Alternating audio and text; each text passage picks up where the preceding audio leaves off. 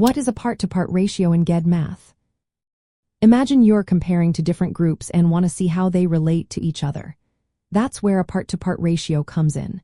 It's a simple way to compare to parts of a whole directly, without involving the total amount. For example, think about a basket with 3 red apples and 5 green apples.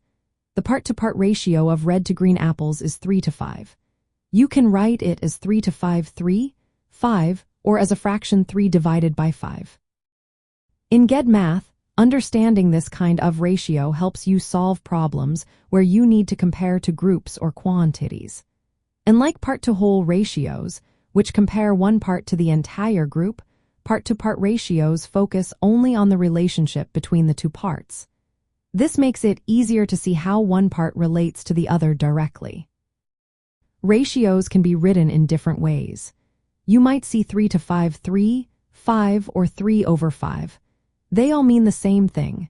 But remember, ratios are not the same as fractions because they don't always show a part of a whole.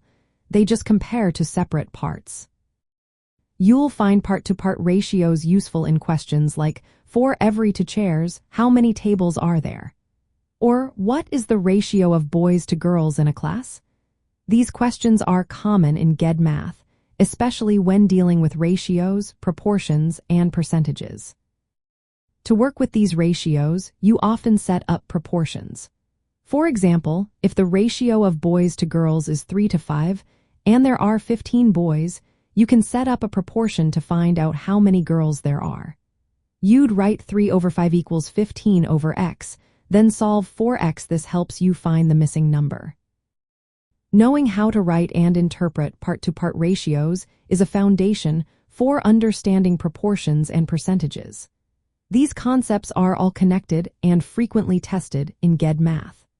Practicing ratio problems helps you get better at comparing quantities and solving for unknowns, which is a big part of number operations and problem solving. So, if you want to do well on the GED math test, focus on understanding how to work with part-to-part ratios. Practice setting up ratios and proportions, and you'll be ready to handle questions about comparing groups and solving real-world problems.